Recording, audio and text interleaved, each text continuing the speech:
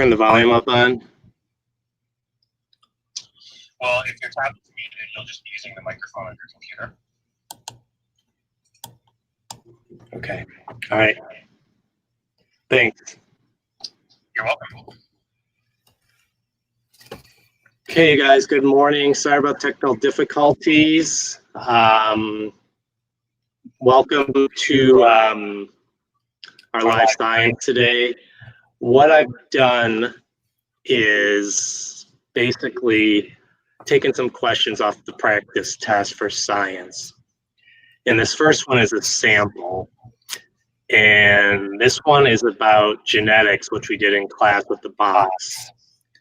So it says a plant with purple flowers is crossed with a plant with white flowers, and all of the offspring have purple flowers.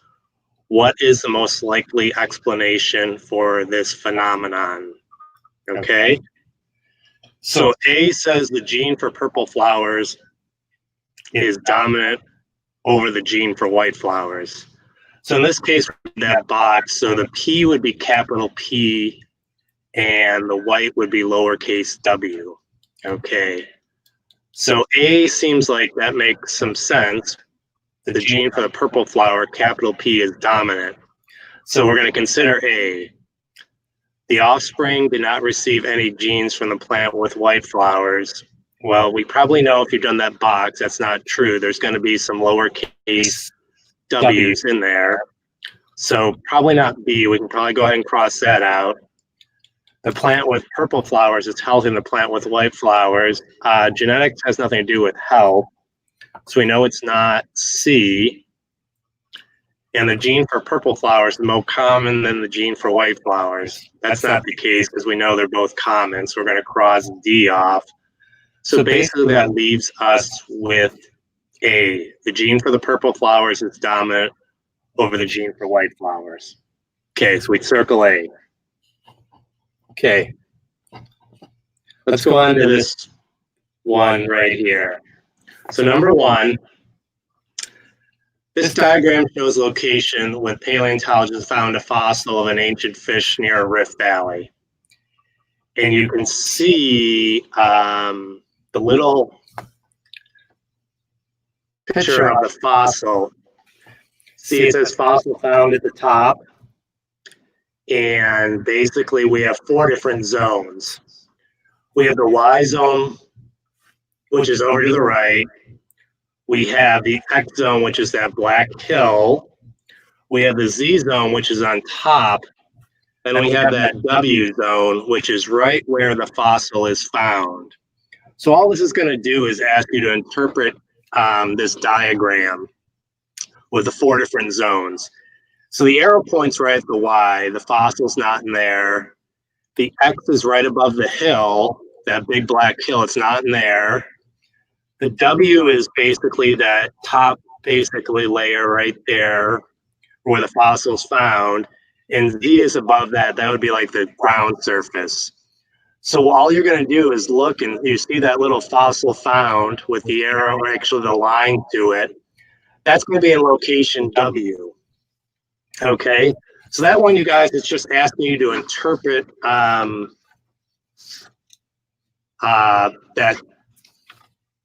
diagram there, and you're going to basically just see, well, I found the fossil right there. That's in zone W. Okay. Number two, the next one. It says, which of these is an example of group behavior in animals? So it's what a group does. A pair of birds mate and share and caring for the offspring. Maybe. But usually two wouldn't really be considered a group, but maybe that might work. So we're not going to cross that one off yet. A flock of birds flies in a formation that reduces wind resistance. Flock is a group, so that one sounds really good. So we're going to think about B. C, a male butterfly performs a dance to win the approval of a female butterfly. That's not really group behavior, so we're going to cross C off. A population of large predators claim individual territories in a tract of wilderness. That one maybe. So we've got it down. We know C's not it. and we're pretty sure it's not A. Okay. Because that's only a pair. We're asking for a group. Okay. So what's the actual behavior here? So is it flying in a formation or claiming individual territories in a tract of wilderness?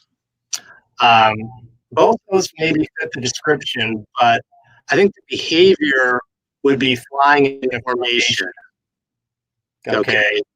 Because just claiming really isn't a behavior.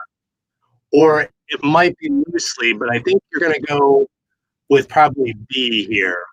I mean, if you get it down to B or D, that's fine. But just think which one basically is more of a behavior. Okay, and that's flying in a formation. So the correct answer would be B. If you picked D, it wasn't terrible. You did process elimination, but B would be your best choice. Okay? All right, let's go on to 3 and 4.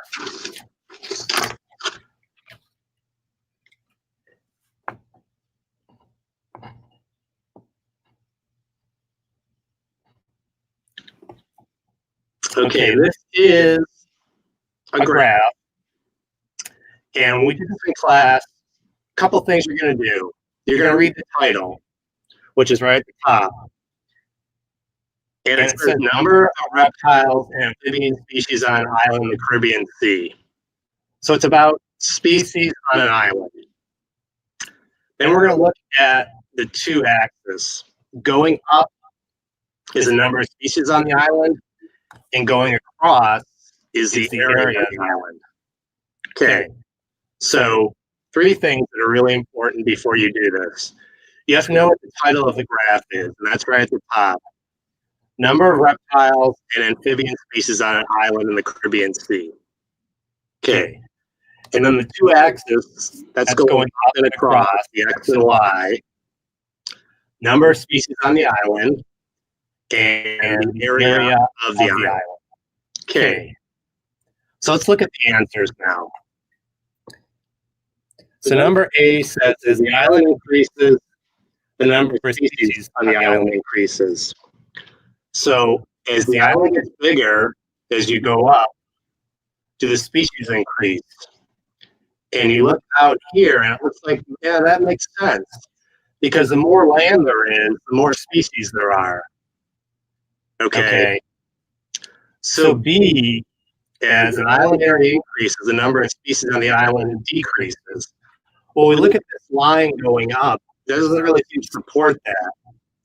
Because it seems like on this line right here, it seems to be going up with the size of the island. So it's not going to be B. As the island area decreases, the number of species on the island increases and decreases. This is a straight line. It's constantly going up. If it was increase and decrease, the line would be going up and down. And this is just a straight line. So we know it's not going to be C. And then D, as the island increases, the number of species decreases and increases. Once again, that would be a crooked line. You would see it going up and down. And it's just a straight line. So really what that leaves us with is A. And that really makes the most sense.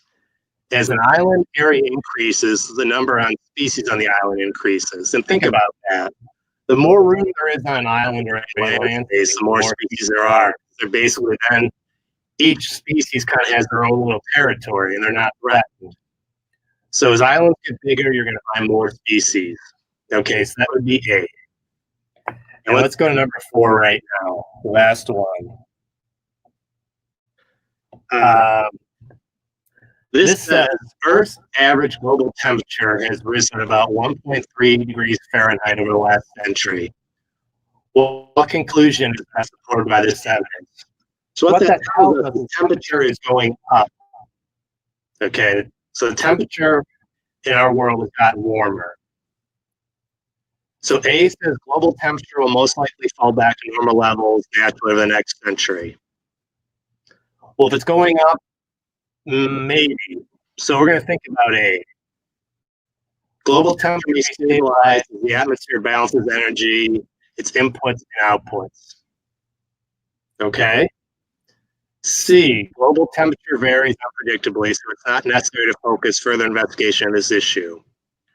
I think you can definitely cross that one out because rising temperature is important. So we need to keep focusing on it. You're going to cross C off. We know that's not it. And then D, global temperature may continue to rise, so further study of causes and possible solutions should occur. That means we need to keep investigating the rise in global temperature. Okay, so that leaves us A, B, and D. And with A, it doesn't talk about investigating at all. It's just making a statement. And if we don't investigate, then we're not going to know. So we might want to cross A off because we want to keep probably investigating this. And B, once again, doesn't give us any reason to investigate. It just makes an assumption that global temperature may stabilize as the atmosphere balances energy inputs and outputs. Okay, that may be true, but if you don't investigate, you're not going to know. Remember, we're doing science here, so it's important for us to keep to investigate. Remember, we did like the scientific method. You make a hypothesis, you evaluate, and come to a conclusion. And that's really what D says.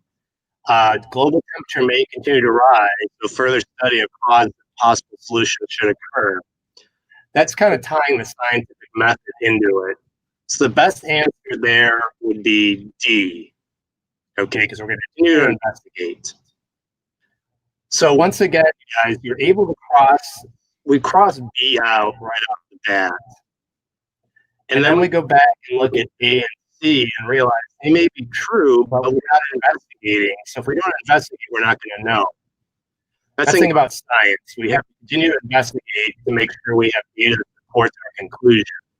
Okay. And the only one that basically talks about continuing to investigate is D. Okay, so D would be the correct answer. All right, so that's all we have for today for science. Thank you for joining. If you did, I will post this later in the science classroom. And for those who are interested, we're going to do reading in about 15 minutes. So thanks all and have a great day. Bye.